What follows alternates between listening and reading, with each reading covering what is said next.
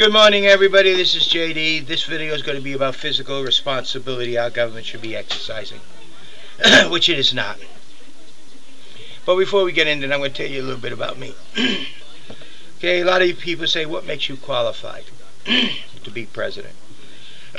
And running the country, is it going to be any different than really running the House? Just going to be a lot more people helping me. But let me tell you a bit. Okay. A little bit about me. I was in the Navy at the time, an E5, bringing home my pay. Had 4 children and a wife. She was working as a beautician. And we were in what you would call a credit spiral. By the way, that person in the back is my neighbor down the street, Jen. And that's not my wife. My wife's upstairs right now getting the playroom fixed for the kids to play in. Yes, we got a playroom. Yeah, we got a 5-bedroom house that there's only me and my wife and Sam. So one room is her office, one room is a playroom, one room is Sam's room, one room is my room, and then a lot of junk. So, in my first marriage, we had gotten into a real credit crunch where we were actually using credit cards to pay our bills. We were not making enough money. So I went and got a part-time job working at a gas station. And sometimes I'd bring home $8 a week.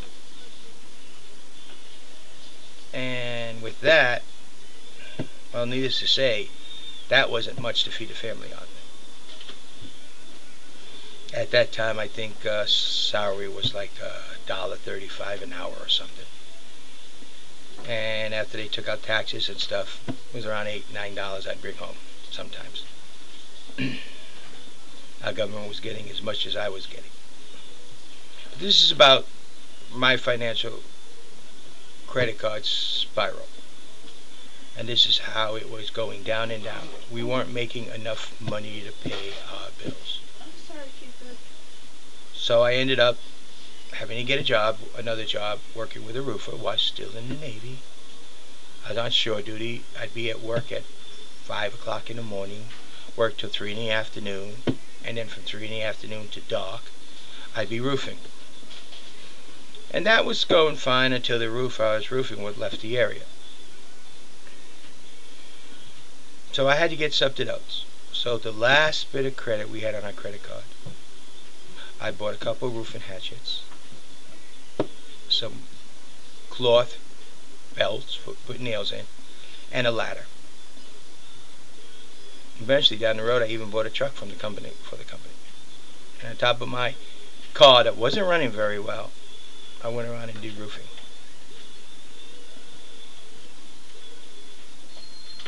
I had some people who actually started working with me, and we grew and grew. Eventually, it got quite large. Also, I paid off all my credit cards and got out of that devastating financial problem. Did not declare bankruptcy, never thought of declaring bankruptcy, completely out of it, paying everything off. It took years, but it got done. Why did I tell you this?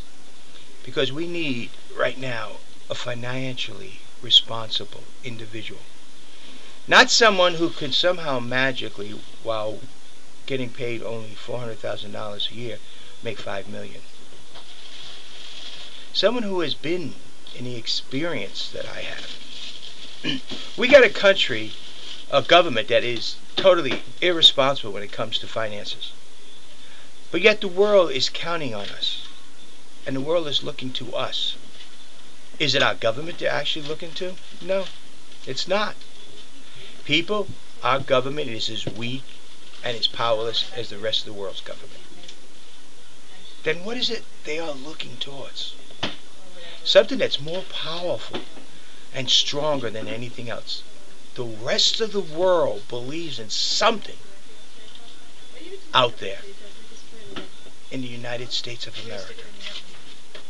They believe in something, and they know that that thing they believe in will be their salvation. And what is it? It's you, the American people. The world has so much trust in you, each and every one of us, that they're banking their whole nation on it. Now, I have nothing wrong with the United States giving money towards helping to bail out Greece. I would not disagree with that in one bit. But the money should not come from taxes. It should come from the money we give to the UN. Just take that amount of money that the UN was supposed to get and send it straight to help bail out Greece. If we want to use it to help the world, then use it to help the world. Not send it to an organization that is so crooked and inefficient that it cannot function any longer.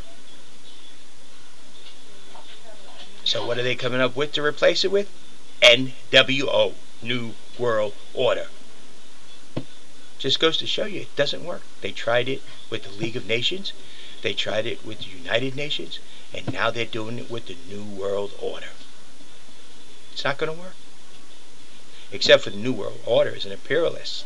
They want to take over the world, not allow the world to function. So bottom line is, people, to be honest with you, right now, Donald Trump would make a better president than Obama. Why? Because he has failed and built it up, failed and built it up, failed and built it up. He knows what it's like to be at the bottom. Now, a lot of you say I should run for a congressman or a senator or a committee mayor or something like that. I won't do that, and I told you why I won't do that. And the reason I won't do that is because I cannot break my word.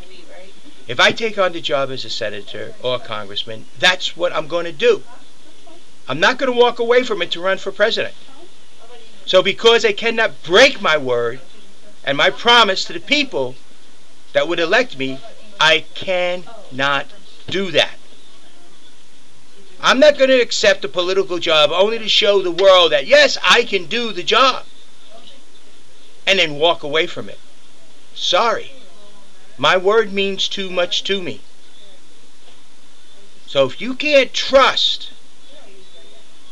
someone who refuses to break his word, because understand, if you run for a congressman or senator, you promise those people for that term, you're going to do the job representing them. And McCain and Obama did not do that while they were running. They did everything but that.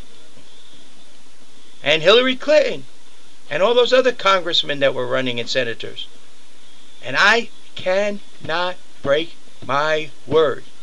When I take a job, I will do that job to the fullest of my potential.